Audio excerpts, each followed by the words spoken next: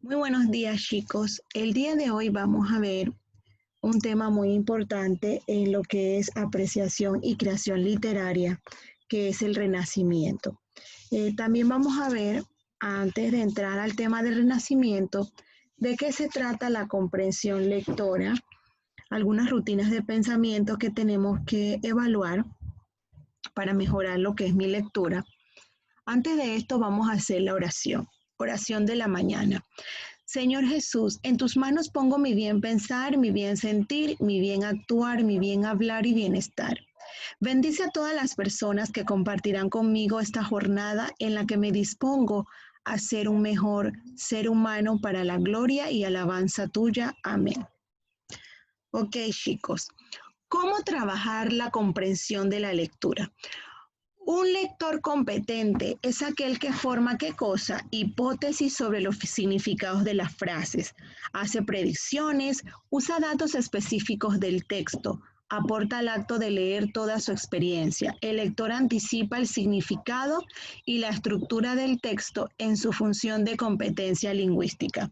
Cuando nosotros hablamos de competencia lingüística, estamos hablando acerca del conocimiento que me permite que comprender y producir una cantidad potencialmente infinita de qué cosas, de oraciones. Entonces, cuando hablamos de competencia lingüística, estamos hablando de diferentes teorías que hacen que agrupan, ¿dónde? Se agrupan dentro de la gramática formal, que a todo esto se le llama competencia lingüística, que es el conjunto de conocimientos que me permite a mí que comprender ciertas lecturas, ciertas creaciones literarias, ¿verdad? Entonces es muy importante analizar lo que es mi competencia lingüística, ¿verdad? Que me ayuda a mí a producir una cantidad potencialmente infinita de qué cosas, de oraciones gramaticalmente correctas con una cantidad finita de elementos. ¿Qué significa comprensión de la lectura? Comprensión de la lectura es el conjunto de procesos psicológicos que consisten en una serie de operaciones mentales que procesan la información lingüística desde su recepción hasta que se toma una decisión. Vamos ahora a los niveles de comprensión lectora. Tenemos el nivel literal, inferencial, crítico, valorativo. En los niveles de comprensión lectora del nivel literal, me debo hacer algunas preguntas. ¿Qué? ¿Cómo? ¿Dónde? ¿Cuándo? ¿Quién? ¿Quiénes? En el nivel inferencial me hago las siguientes preguntas. ¿Cuál es el tema de la lectura? ¿Qué se puede deducir de la lectura? Y en el nivel crítico, ¿por qué? ¿Para qué? ¿Qué opinas? ¿Qué pasaría si? ¿Cómo evalúas? Estos son algunos niveles de comprensión lectora. Vamos ahora muy importante. Este tema se correlaciona bastante con las rutinas de pensamiento. Les voy a dar algunos ejemplos de rutinas de pensamiento. Por ejemplo, hay una rutina que dice, veo, pienso y me pregunto. Profesora, ¿y cuál es esta rutina? Ok, ¿yo qué hago? Desarrollo la curiosidad y la capacidad de exploración y la creatividad. ¿Pero cómo? Mediante mirar la vida y la realidad de qué cosa? Del arte. En este caso que vamos a tratar el tema del Renacimiento, ¿verdad? Mediante una imagen, yo respondo a 3 demandas y anoto. ¿Y cuáles son esas 3 demandas? Lo que veo sin interpretar y las ideas que sugiere aquello y las preguntas que me vienen a la mente, ¿verdad? Entonces, la puesta en común en la que cada uno justifica su percepción. ¿Qué hago? Hago evidencia las distintas percepciones de un mismo objeto o realidad. O sea, veo automáticamente por medio de una imagen, ¿verdad?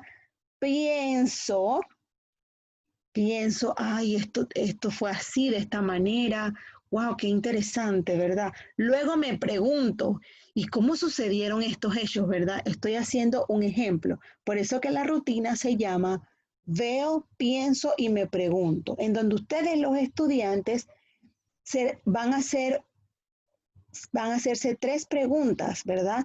Esto que estoy viendo, wow, se ve interesante. Luego pienso y me pregunto de qué se trata. También tengo la siguiente rutina, que es el color, símbolo, imagen. ¿De qué se trata esta rutina? Tras la lectura de un texto, ustedes, los estudiantes, seleccionan tres ideas. ¿Y cuáles son esas tres ideas? Las que les parecen más representativas.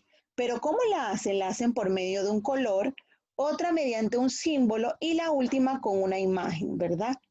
En la puesta en común se manifiesta la inteligencia artística y la capacidad de comunicación no verbal. ¿Por qué artística? Porque estamos analizando el tema del renacimiento, ¿verdad?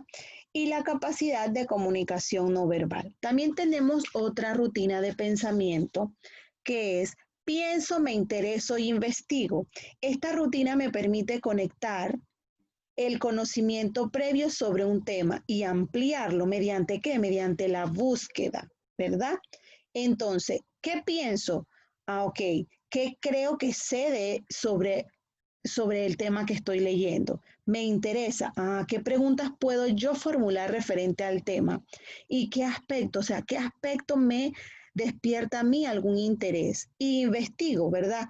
¿Qué me gustaría estudiar en este caso referente al tema del renacimiento y cómo puedo hacerlo, verdad? Estos son algunas rutinas de pensamiento.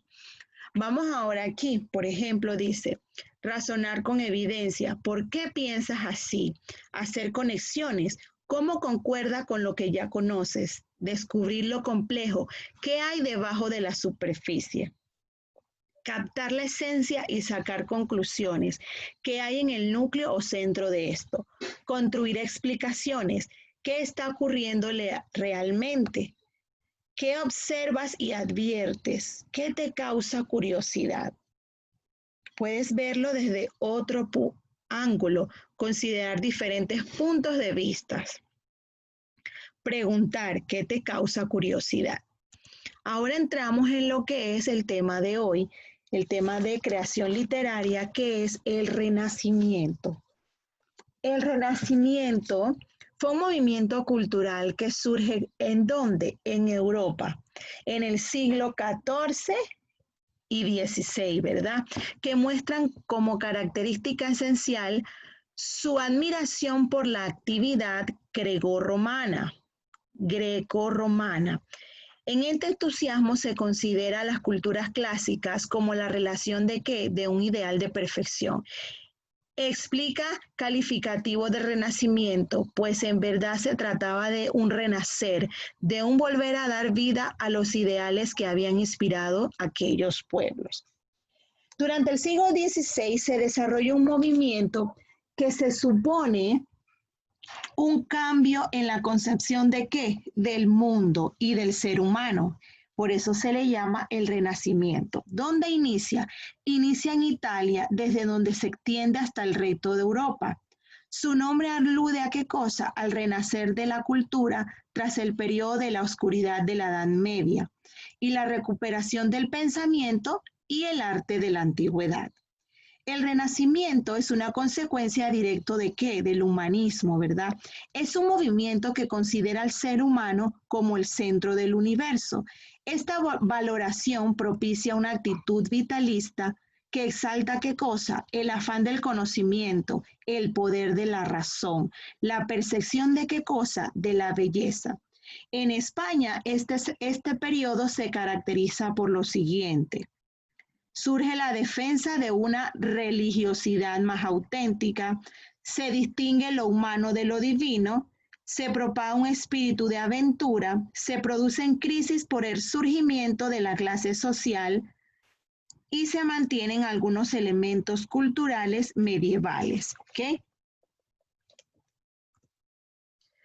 ¿Qué es el Renacimiento? Es una etapa en qué? En la historia de la cultura, un movimiento cultural, o sea, una forma especial de entender la vida y la cultura, una nueva forma de qué? De hacer arte. El Renacimiento nace en Italia y se extiende por Europa durante los siglos XV y XVI, como le decía hace un momento. Vamos aquí a ver un tema importante que es la Gioconda o la Mona Lisa. El paisaje de fondo es agreste, salvaje y de un matizado tono azul, ¿verdad? Utiliza colores ocre para las sombras oscuras y albayance y amarillo, ¿verdad? Sulfuroso para los colores de la carne. La mujer retratada, ¿quién es? Es Madonna Lisa, la esposa de Francisco del Giocondo. La Mona Lisa fue retratada cuando tenía 24 años. Esta obra se refleja en todas las características de la pintura, ¿verdad? De Leonardo da Vinci, ¿verdad? La técnica de difundir suavemente los rasgos hasta ser indefendibles los contornos, ¿ok?